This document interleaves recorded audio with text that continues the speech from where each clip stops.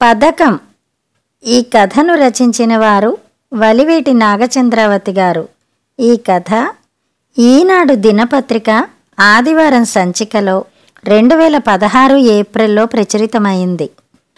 గొప్ప ఇరకాటంలో పడిపోయింది మాణిక్యాంబ. ఎగదీస్తే బ్రహ్మహత్యాదోషం, దిగదీస్తే గోహత్యా పాతకమని ఎవళ్ళని మెప్పించినా రెండో వాళ్లతో నిష్ఠూర పడక తప్పని పరిస్థితి. ఎలా ఈ సమస్యకి పరిష్కారం? మెదడికి పదును పెట్టి మరీ ఆలోచిస్తోంది మాణిక్యాంబ.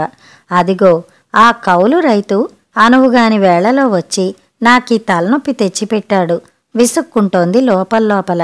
నిజమే, తప్పంతా ఆ రైతు రాజన్నదే. లేకపోతే ఇంటిల్లి పాది చూస్తుండగా, ముఖ్యంగా ఇద్దరు కోడళ్ళు అక్కడే ఉండగా కౌలు డబ్బు తెచ్చి ఆవిడ చేతిలో పెట్టడమేమిటి? కాస్త కనుమరుగు ఉండొద్దా? ఇప్పుడు చూడు, కోడళ్ళిద్దరికీ అత్తగారు ఆ డబ్బుతో ఏం చేస్తుందా అన్న ఆరానే కదా. నిజం చెప్పాలంటే ఆవిడకు తప్ప ఆ డబ్బు మీద ఎవరికీ అధికారం లేదు. మాణిక్యాంబకి పుట్టింటి వాళ్ళు పసుపు కుంకం కింద ఇచ్చిన 5 ఎకరాల మామిడి తోట మీది ఐవేజు అది. మొట్టమొదట్లో 5,000 10,000 వచ్చేవి. రాను రాను రాబడి పెరిగింది. ఈసారి ఏకంగా 1,00,000 రూపాయలు వచ్చినాయి. భర్తకి కొడుకులకి తోట మీదొచ్చే దాని మీద చూపు పడదు. అది ఆవిడది అంటే స్త్రీధనం. అది ఆశించడం తప్పు అనే కాన్సెప్ట్కి మైండ్ సెట్ అయిపోయింది వాళ్ళకెప్పుడో. అసలు ఆ డబ్బుతో అవసరం కూడా లేదు వాళ్లకు. మాణిక్యాంబ భర్త పద్మనాభం గారిది మెడికల్ షాపు. మితిమీరిన రాబడి కాకపోయినా భార్య సొమ్ము వాడుకోవలసిన పరిస్థితి రాలేదిప్పుడు. పెద్ద కొడుకు వంశీకృష్ణ తండ్రి నడిచిన బాటలోనే డీఫార్మా చేసి తండ్రి షాపుకి లింకుగా ఇంకో చోట మరో బ్రాంచ్ తెరిచేశాడు. చిన్న కొడుకు రాధాకృష్ణ బ్యాంకు ఉద్యోగి. 2 ఏళ్లు వేరే డిస్ట్రిక్ట్లో చేసి ఈ మధ్యనే సొంతూరికి ట్రాన్స్ఫర్ అయి వచ్చాడు. దానదీనా వాళ్లే చీర కొనుక్కోమనో చేతి ఖర్చుకి ఉంచుకోమనో తల్లి చేతికి డబ్బిస్తుంటారు. మరంచేత వాళ్లతో ఆవిడ సొంత డబ్బుకి ఏ ప్రమాదం లేదు. ఇక ఆ రొక్కం ఏం చేసుకుంటుంది అంటారా? ఉందిగా సీతామహాలక్ష్మి. ఆ పిల్లకి ఏ నగవ నట్రో చేయించి పెడుతుంది, కోరిందల్లా కొనిపెడుతుంది. ఇంతకీ సీతామహాలక్ష్మి అంటే ఎవరో అనుకునేరు. ఆవిడ చిట్ట చివరి సంతానం, గారాబాల కూతురు, ప్రాణంలో ప్రాణం, తన సొంత ఆస్తికి వారసురాలు. కుదిరితే కూతురు అత్తవారింటికి వెళ్లేలోగా 7 వారాల నగలు చేయించి ఉంచాలని మాణిక్యాంబ సంకల్పం. ఇప్పటి వరకు అలాగే కొద్ది కొద్దిగా కూడుస్తూ వస్తోంది కూడా. ఒకళ్ళని అడిగే పని లేకుండా తన డబ్బుతోనే. ఈ ఏడాది పరిస్థితి అలా కాదు. ఈ ఏడే 6 నెలలు అటు ఇటుగా 2 కొడుకుల పెళ్లిళ్ళు చేశారు. కోడళ్ళు ఇంటికి వచ్చారు. వాళ్ళకెదురుగా అత్త చేతికి అంత డబ్బొచ్చి పడితే వాళ్ళు చూస్తుండగా ఆ మొత్తం అంతా తీసుకెళ్ళి కూతురికి కట్టబెట్టేస్తే ఏం బాగుంటుంది? కోడళ్ళేమనుకుంటారు? కొడుకులకు కూడా తన చర్య బాధ కలిగించదా? అమ్మకి వలపక్షం అనుకోరా? కొత్తగా వాళ్ళ మనసుల్ని కూడా చెడగొట్టిందవదా? ఇప్పటి వరకు అందరి మధ్యన ఉన్న సద్భావం సామరస్యం సన్నగిల్లిపోవా? అలా అని కూతురితో సమానంగా వాళ్ళకి ఎలా పంచివ్వడం? ఈ ఏడాది కాపు బాగుందమ్మా, మామూలు కంటే 10,000 ఎక్కువే వస్తాయి అని కాయ కోసేటప్పుడు తోటమాలి అంటే ఎంత సంతోషపడ్డదో మాణిక్యాంబ. కిందటేడాది సీత చెవులకి ఎర్రరాళ్లు పొదిగిన బుట్టలోలకులు కొన్నది. ఈసారి ఇంకాస్త పెద్ద వస్తువే తీసుకోవచ్చును అని సీత ముందే చెప్పేసింది కూడా. ఈసారి తోట డబ్బుతో నాకు నెక్లెసో గాజులో కొనిపెట్టాలి సుమా అని. ఇప్పుడు కోడళ్ళిద్దరికీ వాటా పెడితే సీతకేం మిగులుతుంది? ముక్కు పుడక తప్ప. ఇన్నేళ్లు ఎదురుకాని ధర్మ సంకటం. పాపం మాణిక్యాంబ ఎంత మదనపడినా, ఎంతగా బుర్రకి పరీక్ష పెట్టినా కోడళ్ళని ఏమార్చి సీతని సంతృప్తిపరిచే మార్గం దొరకందే. షాపుకి వెళ్లే ముందు జేబులోంచి తీసి 10,000 రూపాయలు భార్య చేతికిచ్చారు పద్మనాభం గారు. శ్రావణమాసం కదా, వ్రతం రోజుకి మీ 4 బట్టలు తెచ్చుకోండి అని. కోడళ్ళకిది తొలి పూజ, కొంచెం మంచి చీరలు తీసుకోవాళ్లకు అన్నారు లోగొంతుతో. ఆ అదను దొరకబుచ్చుకుంది మాణిక్యాంబ. చీరలు కాదండి, కొత్త కోడళ్ళకి పూజలో బంగారం పెడితే బావుంటుంది, వాళ్ళ మెడలోకేమన్నా నగ చేయించకూడదు అని చెప్పి భర్త మొహంలోకి చూసింది. అప్పటికప్పుడు ఆవిడకి తట్టిన ఉపాయం ఏమిటంటే భర్త చేత కోడళ్ళిద్దరికీ చిన్నవో చితకవో ఆభరణాలు కొనిపించేసి కంటికి నదరగా పళ్ళెంలో పట్టు చీరల మీద వాటిని పెట్టించేసి వాళ్లతో ఆర్భాటంగా పూజ జరిపించేసి ఆ చేత్తోనే తను కొనే వస్తువు ఏ ఆడంబరము లేకుండా మామూలుగా కూతురికిచ్చేసి కంట్లో కనుమయ చేసేయాలి. అది ప్లాను. అప్పుడైతే కోడళ్లకంతగా తన మీద నిష్ఠూరం వేసే అవకాశం ఉండదని ఆవిడ ఆలోచన. పద్మనాభం గారు ఆ ఆశని ఇట్టే నీరు కార్చేశారు. అబ్బే, ఇప్పుడవేం లాభం లేదు, ఇన్కమ్ ట్యాక్స్ గొడవల్లో ఉన్నాను, ఎక్కువ మొత్తం పెనాల్టీ కట్టాల్సొచ్చేలా ఉంది ఈ నెల, నా తల మీదకి నీ బిల్లు కూడా పెట్టకిప్పుడు అన్నారు విసుగ్గా.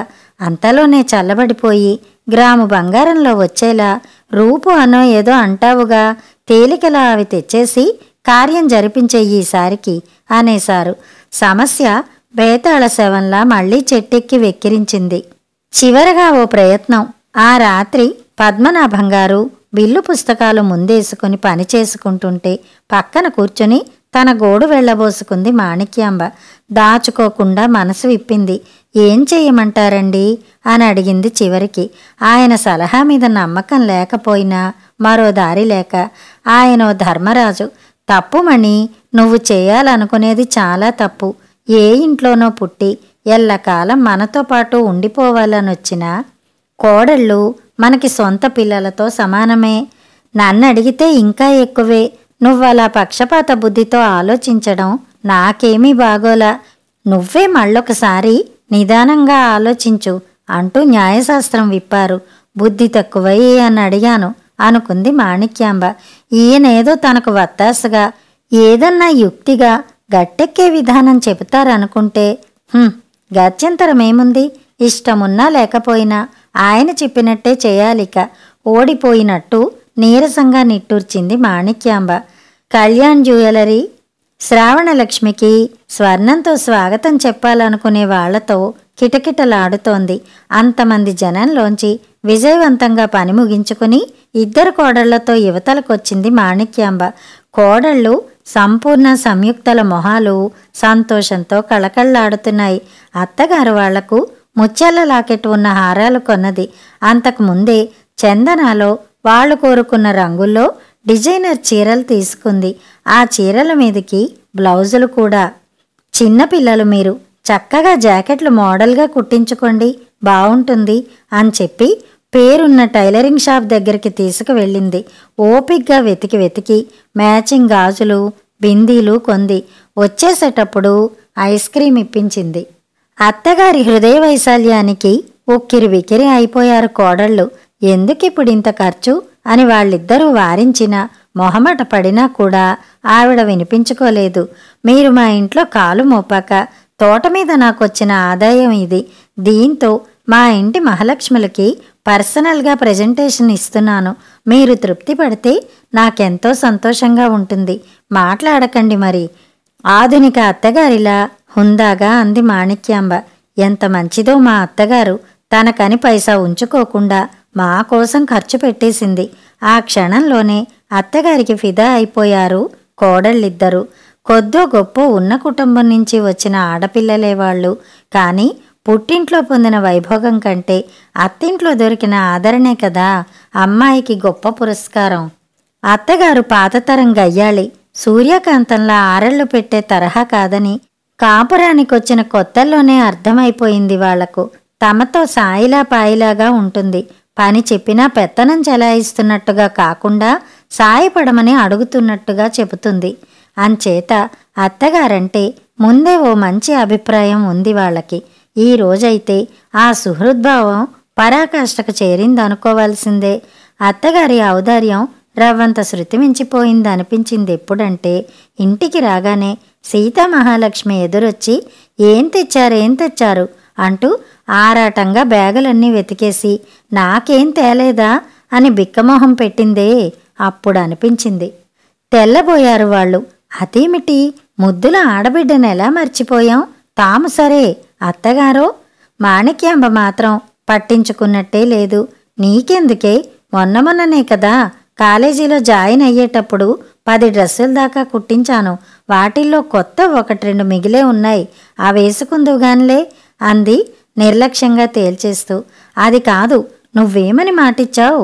తోట డబ్బు రాగానే చేతులకి. ఇంకా ఆ పిల్ల మాటలు పూర్తి కాకుండానే, నోర్ముయ్, ప్రతిదీ నువ్వనుకున్నట్టే జరగాలంటావు. మరీ మంకుతనం ఎక్కువ అవుతోంది నీకు అంటూ చెయ్యి పట్టుకుని బిరబిరా లాక్కెడుతున్నట్టే కూతుర్ని అక్కడి నుంచి తీసుకెళ్ళిపోయింది మాణిక్యాంబ. ఎందుకోగాని అపరాధం చేసిన ఫీలింగు. చేయని తప్పుకు చిన్నబోయి చూస్తుండిపోయారు సంపూర్ణ, సంయుక్తలు. 4 రోజుల్లో వరలక్ష్మి వ్రతం. ఈ 4 రోజులు కాలేజీ టైం మినహాయించి ఇంట్లో ఉన్నంతసేపు మొహం ముడుచుకునే ఉంది సీత. మాణిక్యాంబ సముదాయిస్తూనే ఉంది. ఎవరో వినకూడదన్నట్టుగా గుసగుసగా మందలిస్తూనే ఉంది. కానీ అదేం రాజభవనమా వినిపించకపోవడానికి? వ్రతం రోజు పూజ పూర్తయింది. ఇక నైవేద్యాల పని మీదే. పూజ చేయించిన పురోహితుల వారు దక్షిణ తాంబూలాదులు స్వీకరించి నిష్క్రమించారు. చేసిన పిండి వంటలతో పాటు వెండి పళ్ళాలలో కోడళ్లకు తెచ్చిన చీరలు, హారాలున్న జ్యువెలరీ బాక్సులు మనసులో రేగుతున్న తత్తరపాటు పైకి అగుపడనీకుండా పరమశాంతంగా అమ్మవారి ముందర పెట్టింది మాణిక్యాంబ. మరి నీకు నాకో? సీత మహాకోపంగా పైకెగరేసిన నొసలు వేసే ఆందోళనతో కూడిన ప్రశ్న. భార్య వేసిన పథకమేమిటో తెలియక ఏం కథ అన్నట్టు పద్మనాభం గారు చిట్లించిన కళ్ళతో సందేహం నిండిన ప్రశ్న. ప్రశాంతత నటిస్తున్న మాణిక్యాంబ గుండె గుబగుబలాడిందో క్షణం. పల్చటి మబ్బుతెర వెనకాలున్నట్టున్న కూతురి మొహం ముల్లులా గుచ్చుతోంది ఆమె మనసులో. కొంప తీసి తన అతి తెలివి కొంపముంచదు కదా. చూడు సీత, నా బీరువా పక్క అలమరలో నీ కాటన్ డ్రెస్సు, నా కొత్త నేతచీర ఉన్నాయి. అవి తీసుకురా, పసుపు పెడతాను బెంగం చెడనీయకుండా సీతకి చెప్పింది మాణిక్యాంబ. ఒక్క నిమిషం ఆగు సీత. ఎదురుగా కోడళ్ళు సంపూర్ణ, సంయుక్తలు, వాళ్ల చేతుల్లో ప్యాకెట్లు. సంపూర్ణ సీత 2 చేతులు పట్టుకుని కుర్చీలో కూర్చోపెట్టింది. బొట్టు పెట్టి ప్యాకెట్ అందిస్తూ, మా ప్రకాష్ అన్నయ్య దుబాయ్ నుంచి పూజ కోసమని నాకి డైమండ్ గాజుల జత పంపించాడు. ఎడం చేతికి వాచి పెట్టుకుంటే కుడి చేతికి వేసుకునేది ఒకటే గాజు కదా, అందుకని మిగతా గాజు మా చిట్టి ఆడబడిచికి. వెడల్పుగా దగదగలాడుతోన్న గాజు సీత చేతికి తొడుగుతూ ఆప్యాయంగా నవ్వింది. ఈ చీర కూడా వాడు పంపిందే అత్తయ్య. వాడికి అస్సలు సెలక్షన్ తెలీదు. చూడండి, పెద్దవాళ్లు కట్టుకునేలాగా ఉంది. నాకు మీరు కొన్నదే బావుంది. ఇది మీరు కట్టుకోండి అత్తయ్య, ఆ పెద్ద బోర్డర్ మీకు చాలా బావుంటుంది అంటూ ఇంకో ప్యాకెట్టు మాణిక్యాంబకి అందించింది. ఇప్పుడు సంయుక్త వంతు. ఈ డ్రెస్సులు 4 కొత్తవి సీత. అమ్మ వాళ్ళిచ్చిన సారెలో ఈ 4 ఉన్నాయి. నేనెటూ డ్రెస్సులు వేసుకోవడం మానేశాను కదా. ఈ చుడీదార్లు నువ్వు వేసుకో. ఈ వాచి కూడా నీకే. నచ్చిందా అంది అభిమానం వెదజల్లుతూ. మాణిక్యాంబ మొహంలో మెరుపు, విజయ దరహాసంతో అమ్మయ్య, తన అంచనా తప్పవలేదు. తన వ్యూహం ఫలించింది. అమ్మ మాణిక్యాంబ ముక్కున వేలేసుకుంది పీఠం మీదున్న అమ్మవారు. కథ సమాప్తం.